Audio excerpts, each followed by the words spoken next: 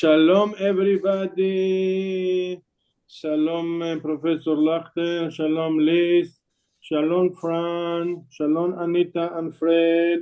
Hi, everybody who's watching the show. I just first an update. We did this week 4 celebrations for 900 students. We did in the Guild School for Special Education. We did for the old school Nirim, and then we did the old school Dinur, and I just came from a celebration with, I don't know, between 300 and 500 people in the open school. I didn't put the pictures yet, but I'm going to put it right after. So, hi, Fred, and hi, Anita. So after the update, I'm going to light the candles, and I'm going to talk a little bit about Hanukkah. So you can join me by the blessings. First, how we put the Hanukkah is very important. We put it from Miyamin Lesmol, from the right to the left, the same that we read from the Torah, like the letter Bet, right? This way. But we start blessing from the new one, from left to right. So we put it from right to left, and we do it from left to right. This has to be all the same level, except for the shamash has to be separated, a little bit different. Okay, so I'll start first with the shamash, and then I'll use the shamash to say the blessings. Oh, of course, this has to be in live. The candle started and finished. Everything is hard in Israel. Okay. Please sing with me if you want. Baruch atah Adonai Eloheinu melech haolam asher kitshanu b'mitzvotav v'tzivanu להדליק נר שלחנו. אמן. ברוך אתה אדוני אלוהינו מלך העולם שעשה ניסים לאבותינו בימים ההם בזמן הזה. אמן. הנרות הללו שאנו מדליקים, הנרות הללו שאנו מדליקים, על הניסים ועל הנפלאות ועל התשובות ועל הנחמות שעשית לאבותינו, שעשית לאבותינו בימים ההם, בימים ההם, בימים ההם בזמן הזה. מהו צור ישועתי לך נשבח, תיקון בית תפילתי ושם תודה לזבח, לעת אחים מטבח מצור נבח, אז אגמור בשיר מזמור חנוכת המזבח, אז אגמור בשיר מזמור חנוכת המזבח. Okay, I want to talk a little bit about Hanukkah, not about everything in Hanukkah, but about the miracle of the oil, which is one of the main topics in Hanukkah. As you know, there is a problem with this miracle because it's not mentioned in the book of the Maccabees. Now, the Maccabees fought all their lives in order to have religious autonomy in the temple. So the Maccabees, the Hashmonim, they are very religious. They really care about the temple. They fought just to rededicate the temple. So if they are so religious, how come they not mention that God makes a miracle to them? Because the first thing they should put in their books is two different books, and none of them mention any miracle. Now in the prayer book also there is not mentioned the miracle. In fact, the only place that the miracle of the oil is mentioned is in the Talmud. So the main issue here is between religion and nationalism in Judaism. For the Zionists, the role model, the main heroes were the Maccabees. Why? Because since the destruction of the first temple, the only period that we have autonomy was with the Maccabees. This is the last sign of Jewish sovereignty on the land of Israel is with the Maccabees 2,000 years ago. After this, we lose it with the Romans and the destruction of the temple. But the Maccabees fought and win over the Greeks, and that's why for Zionism was so important. Now, for Zionism, the emphasis was not on religion; it was mainly on nationality, and that's why the Maccabees were very good for them. Since the 19th century, the Enlightenment, the Emancipation, there were many Jewish scholars that start to doubt about the miracle of the oil and the relevance of the celebration of Hanukkah with this miracle of the oil. And they ask many questions. They say, how come we have a tractate in the Talmud for every single holiday, but we don't have for Hanukkah? We have for Passover, we have for Sukkot, we have for Rosh Hashanah, we have for Yom Kippur, we have for Purim. How come we don't have for Hanukkah? They say, how come all of the books on the Bible, there's 24 books in the Bible, all of the holidays are on all the books, except for Hanukkah. Hanukkah, the books of Hanukkah were not included in the Bible. Why they were not included? So they got to the conclusion that the sages of the Talmud, they were Pharisees, didn't like the Hashmonaim because they were Tzdukim, Sadducees. And this was a theory, an axioma that was very much accepted until very recently, that they took out the Maccabees out from the Talmud and from everything, and replaced, instead of putting an emphasis on the war of the Maccabees, 3 years fighting against the Greek and winning the war, they put the emphasis on the miracle of the oil. And everybody who studied in any university of Judaism, they will know this theory that the sages of the Talmud didn't like the Sadduceans and the Maccabees, and that's why they invented the miracle of the oil.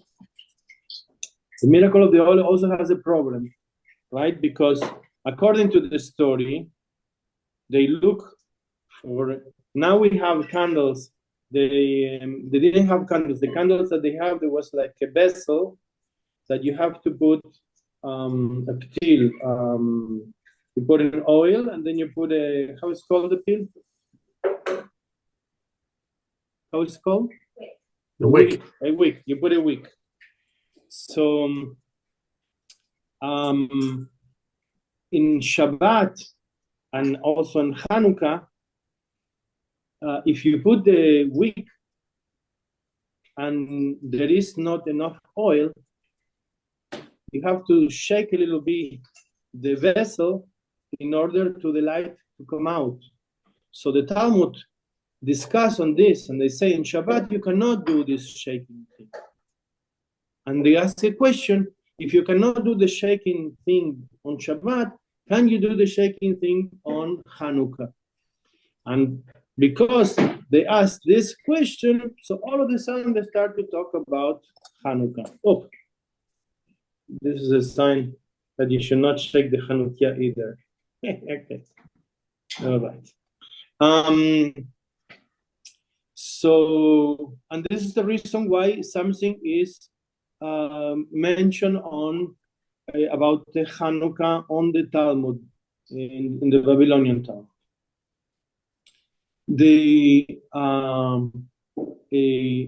The problem is that we have to look at all of the literature of the sages, and it is true that there is not a tractate about Hanukkah in the Talmud. It's true that the books of the Maccabees are not part of the Bible, but this doesn't mean necessarily that the sages of the Talmud didn't like the Maccabees. It could be, without no problem, that the book of the Maccabees were late, and they already have the 24 books in the Bible. And there's many other books that didn't put it, like the Proverbs of Ben Sira, the book of Enoch, many books that were very important, and they didn't put it in. So there is not inside of the Bible, maybe because the book of the Maccabees is a later book, many hundred years later than, let's say, Megillat Esther. But the people celebrate the Hanukkah. How we know we celebrate Hanukkah? Because the Talmud itself says that you cannot shake also the candle of Hanukkah. So the reason that there is not a tractate on the Talmud is also not so valid, because you can say, okay, do they like the talit? Yes, they like the talit. Do we have a tractate about the talit? We don't have a tractate about the talit. The tzitzit, they like? Yes. Do we have a tractate about the tzitzit? No, we don't have. So we don't have a tractate about everything. And mainly, if it is not in the Bible, so much less likely to have a tractate in the Talmud. So the absence of being part of the canon in the Bible or have a tractate cannot be evidence that the sages of the Talmud didn't like it. So now, what about the miracle? If we look careful what they say in the Talmud, they're trying to explain why we light eight candles, and they didn't have a good explanation. Now there is a researcher. She's giving lately also very nice. I didn't see all of the lectures on in Beit Abichai, but she talks about a tractate about a special book called Megillat Ta'anit. And what happened is that 2,000 years ago, our ancestors, they used to do a lot of fast. It was very popular to go to the mikveh. It's very popular to do fast. So there is a special book called the Book of Ta'anit, which quoted which dates you cannot fast. That there is small celebrations. For example, Purim. For example, Hanukkah. These are days you cannot fast. They are not the main holidays, but they are little holidays, and they have I don't know, another 30 small celebrations that in those days you cannot fast. If we look in this book, the Book of Ta'anit, it was written a few hundred years before the Babylonian Talmud. We see that they don't know about the miracle of the oil. They say the reason for the 8 candles is that they re-inaugurate the temple, very similar to the book of the Maccabees. They rededicate the temple, and they didn't have a menorah. They have to improvise. So they had 8 weapons that they put in, and they make a menorah, and to clean the temple and to rededicate, it took 8 days. And that's why they celebrate 8 days, the same like the days of Sukkot.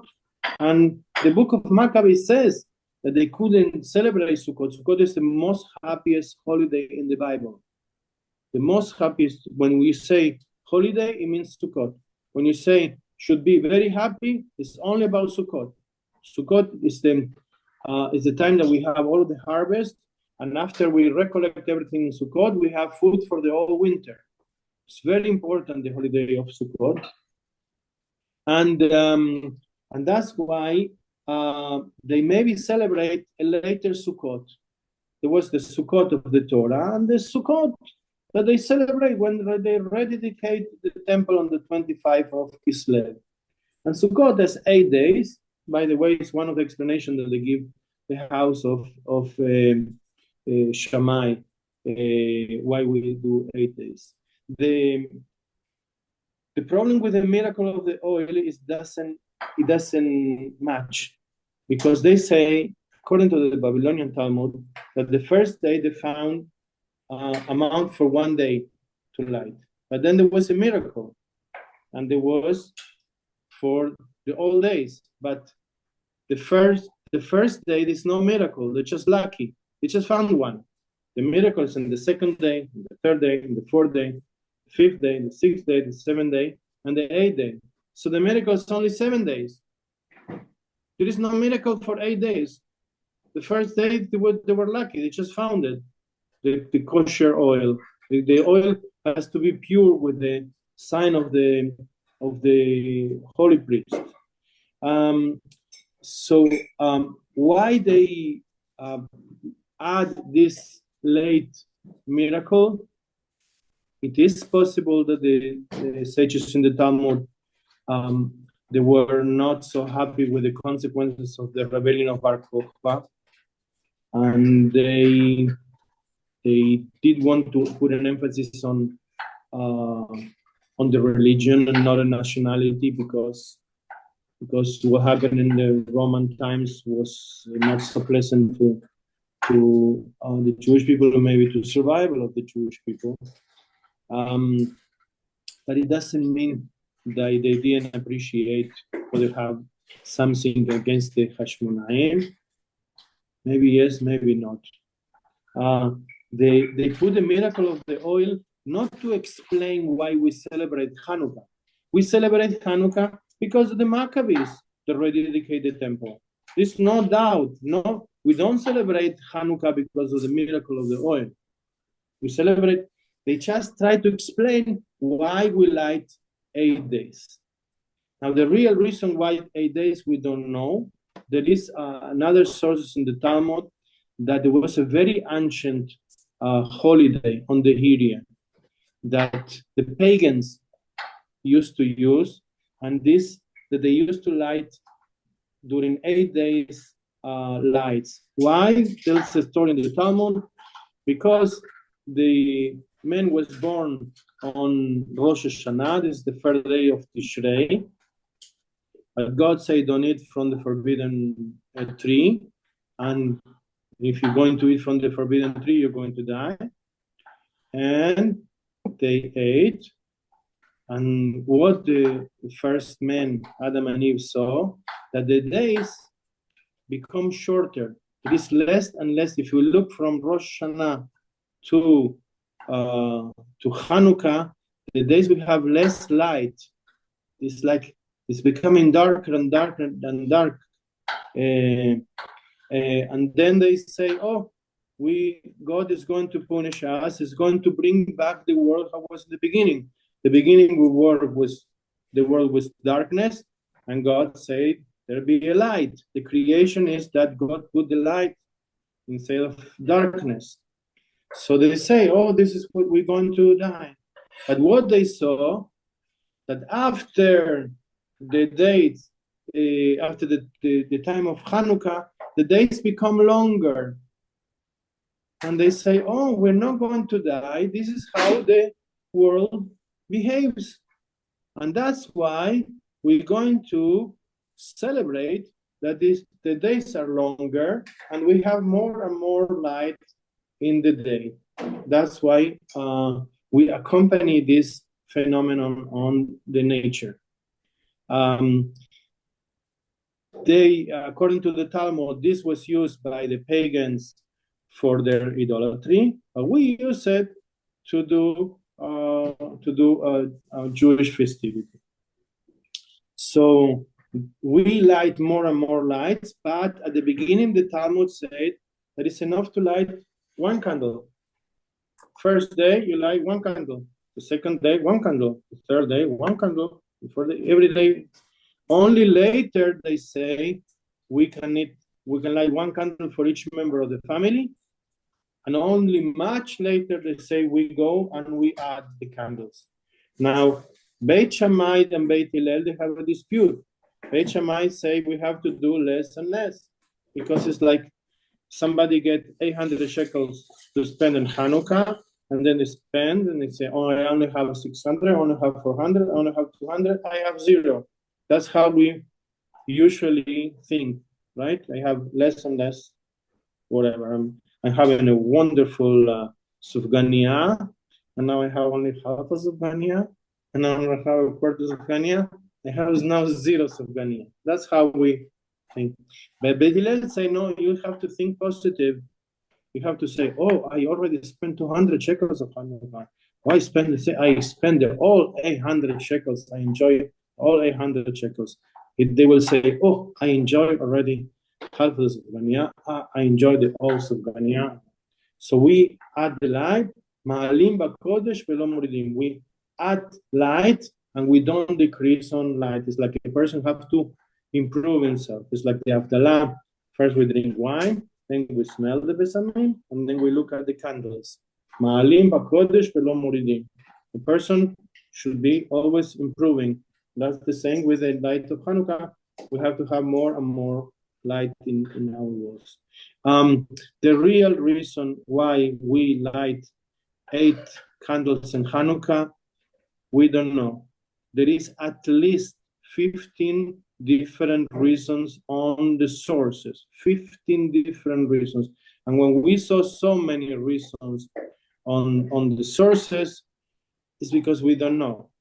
But it's probably celebration that was celebrated on Canaan, on the land of Israel, for thousands of years, and people like it because in the middle of the winter you like more lights, and you need more lights because the days are short, and it makes you warm and it makes you more happy. And that's why from all of these minor celebrations, only Purim, the celebration of the survival in the diaspora, very important message for the Jews living in the diaspora. And the celebration of Hanukkah continue, or many other celebrations didn't continue. Now in our days, if you think, we have many celebrations that were not before. Like we have the Mimuna. The Moroccan have this celebration called the Mimuna. Will we celebrate the Mimuna in 200 years from now? I don't know, maybe they will say, well, the Mimuna is something pagan from the Moroccans, and why we have to celebrate in Israel this pagan thing? The Chabad, they have a celebration when the Rebbe was liberated from the prison. I have to put all the time like this so we can see this. Okay, they say we have to celebrate that the Rebbe was celebrated from the prison, and then we have a dynasty of Chabad. So they celebrate this as a festive day for them, when the rest of the Jews, we don't. The Ethiopian Jews, they celebrate 50 days after Yom Kippur, a celebration called the Sigd. And it's very important for them, and many people in Israel in the schools celebrate the Sigd. Will we celebrate the Sigd and the Mimuna and when the Rebbe was liberated from the prison in 200 years, 300 years? I don't know. I don't know who knows. Maybe we'll add celebration. Maybe they will say, oh, look, we have so many celebrations. Let's say that, for example, that everybody celebrates the Sigd in Israel in 500 years. If somebody say, oh, you know why the Sigd is not in the Talmud, is because the sages didn't like Ethiopian Jews. It's very hard to say that. There is why there is no the story of the Ethiopian Jewry living Ethiopia in the Bible? Because it's come late, and there's already canon on the Bible. We cannot blame the sages on everything. I don't think they have any problem with the Sadduceans, and the opposite. I think they saw that they dedicated the temple. They just tried to give. There were so many explanations for why we light the candles, so they thought they can add another miracle of God and put their explanation. It doesn't mean that they are against Jewish nationalism because they are in favor of the belief in God and the Jewish religion. I just want to finish my part, and then I let everybody to say something. I went to many schools, and I have to give a message in 40 seconds. This is more or less how much they will listen to me. Try to think 400 and 500 people today listen to me a message of honor. So I say that, I think I wrote, that we say that when you visit room with darkness, you light a candle, and the little light bring a lot of light and against the darkness. And if we are only one, it's a little light, but altogether a lot of lights. And I say to the students, even when you have a hard day in school, and I don't know, people was not nice to you, and you think it's a terrible day, maybe try to remember something nice that happened to you. Somebody talk nice to you. Somebody smiled to you. You eat something was very tasty. You hear a nice song. And before you go to sleep, you just think about a positive, good experience, and maybe it will transform your miserable day to a nice day when something special happened to you. That was my message for 40 seconds. I think it was a little bit longer this time. Guys, anybody want to say something? You're recorded for posterity. Professor Lach, do you want to say something? Well, happy Hanukkah to everybody, and thank you for that information. You always expand what we know about the holidays. Unfortunately, at 7 o'clock, I have work Zoom, at the hospital. It's a Zoom to the hospital, reviewing research, but also research. And research continues, and we continue to try and learn things. But what you didn't say is that there was no documentation. They didn't have a computer. They didn't have Word. They didn't write everything down. And so certain things we're just not going to know, and that's okay. The important thing is the spirit of the holiday, just like the spirit of what we learn from other things. I look forward to our continuing learning next week. And I'm sorry, but at 7, Yes. I'll hear the Yes. recording that Liz is making. Goodbye. If somebody wants to say something as well, but just to remind you that 2 things very shortly. Friday, tomorrow, we start at 4 o'clock. Everybody comes and we bring something, not halabi, not besari, no milk and not meat, just to be parve. And we start at 4 o'clock tomorrow in the synagogue. And next week we have a regular class because it's after Hanukkah. So it's 4:30, a regular class of Pirkei Avot.